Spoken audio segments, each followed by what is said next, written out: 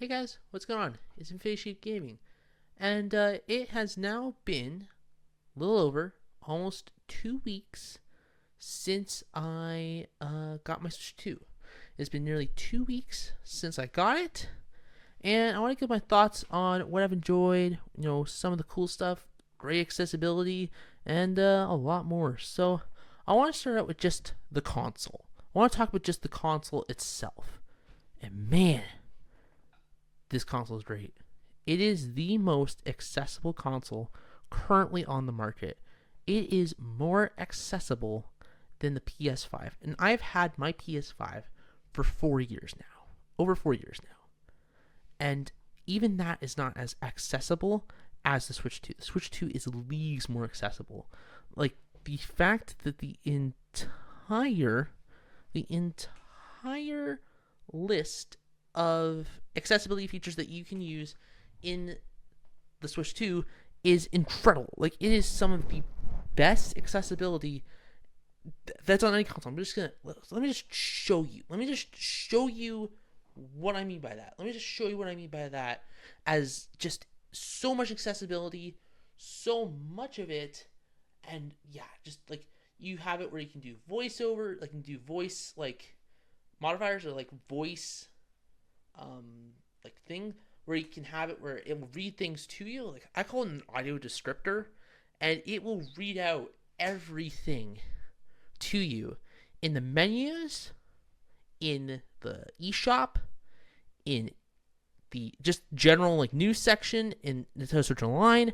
It's everywhere. You can literally apply all of this stuff. You can have high contrast mode, you can have dark mode, you can have just a whole bunch of different accessibility features. And genuinely, if you are someone who is blind or low vision, this console is worth it from an accessibility standpoint.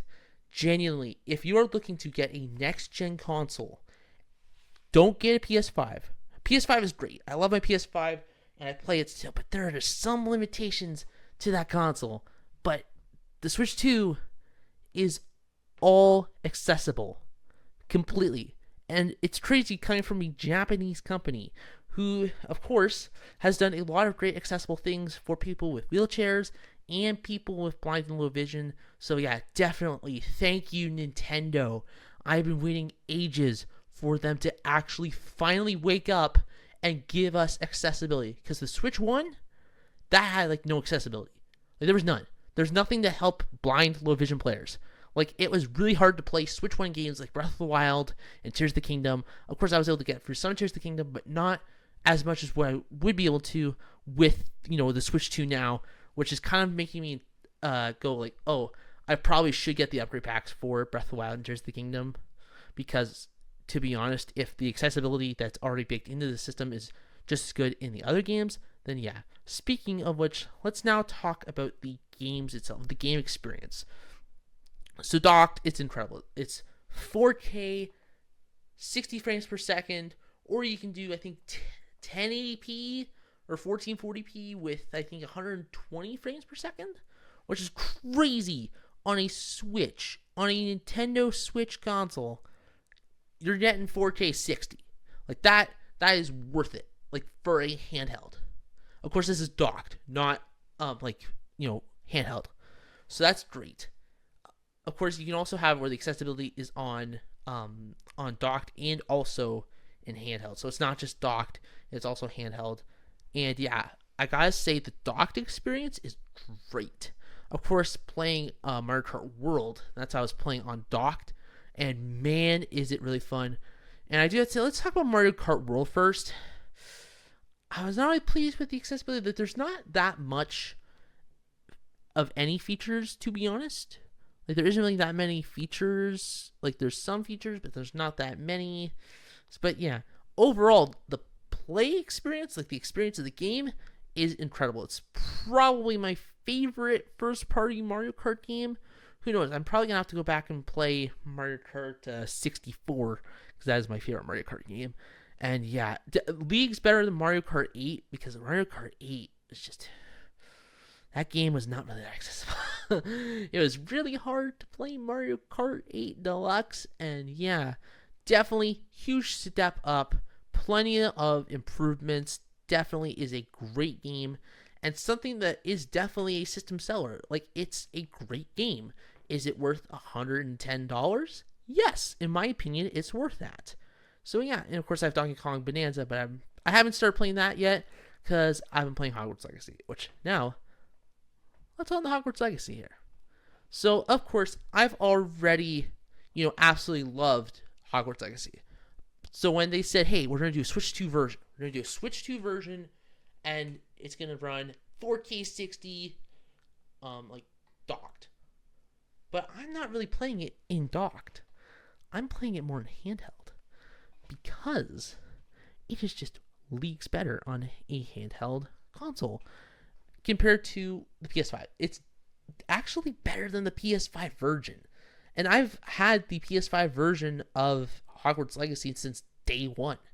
So to have just that super crisp quality, like genuinely, it's using ray tracing. Like, it's using RTX style like things in the game, and it works perfectly in both docked and handheld, and it's definitely a testament to how the handheld can work because it genuinely looks beautiful. Hogwarts Legacy looks beautiful on that system and in handheld mode, not docked, because I've played it on both docked and handheld. Handheld's better, in my opinion. It is better when it comes to just using it portably.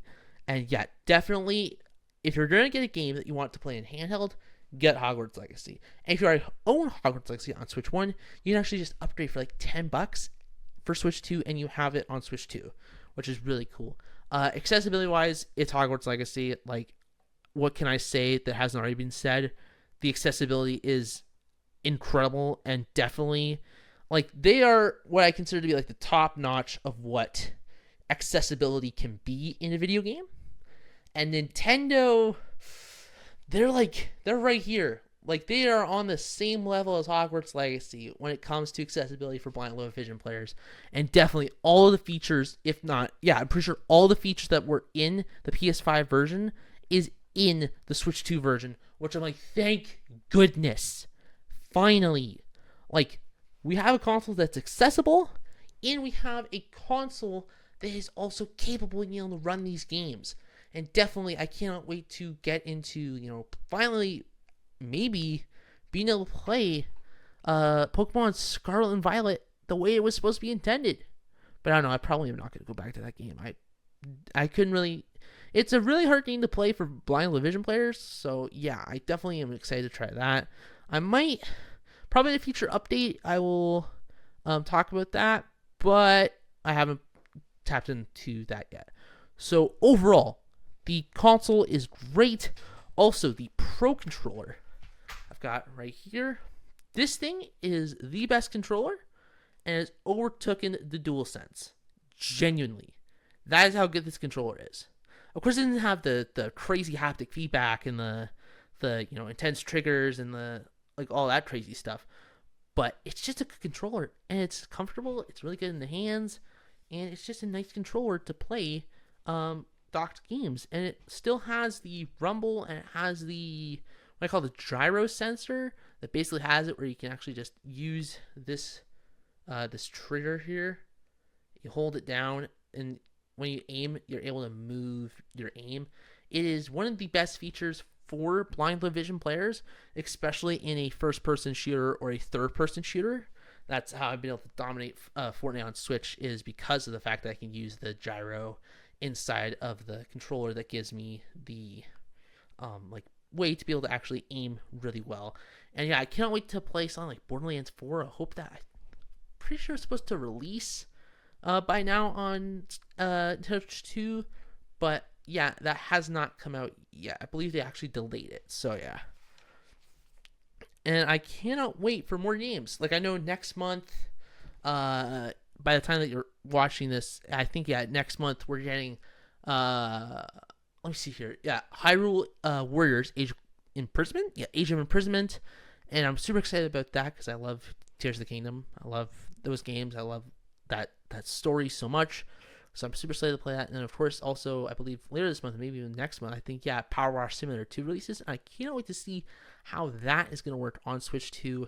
Of course, I've already talked about Power Wash Simulator 2 on the channel before when I did my Nintendo Switch Direct or the Nintendo Direct that we just had last month. So yeah, definitely, is it worth it to buy a Nintendo Switch 2 for accessibility, for just play factor, for great gaming and all that? Yes, it is 100% worth it. Yes, it's $630 Canadian. Yes, the games are $110. Yes, the controllers are expensive, but it is worth it. It is worth it. It is worth buying a Switch 2. And genuinely, if you already have a Switch, then I can definitely see the fact of, I might just wait for it to go on sale. But if you're someone who genuinely wants the best gaming experience, and especially for a handheld, because most PC handhelds are really expensive. Like we got the Xbox Ally, Xbox Ally. There's almost $1,000 US, almost $1,000 US, probably $1,000 Canadian, which is crazy. And of course, you got the Legion Go, which is also over $1,000 from what I've seen online. So definitely, if you want a good console that can give you great performance in handheld mode, and also be able to have the ability to have it docked and be able to do 4K, 60 frames per second, and definitely with games like Metroid Prime 4 Beyond releasing, and Hyrule Warriors Age of Imprisonment, and Kirby Air Riders releasing in the next couple of months, definitely is going to test this console. And if it's able to run these games well, if it's able to run the games really well, then definitely this system is worth it. I hope you guys enjoyed. Make sure to like, comment, and subscribe, and of course, sheep on.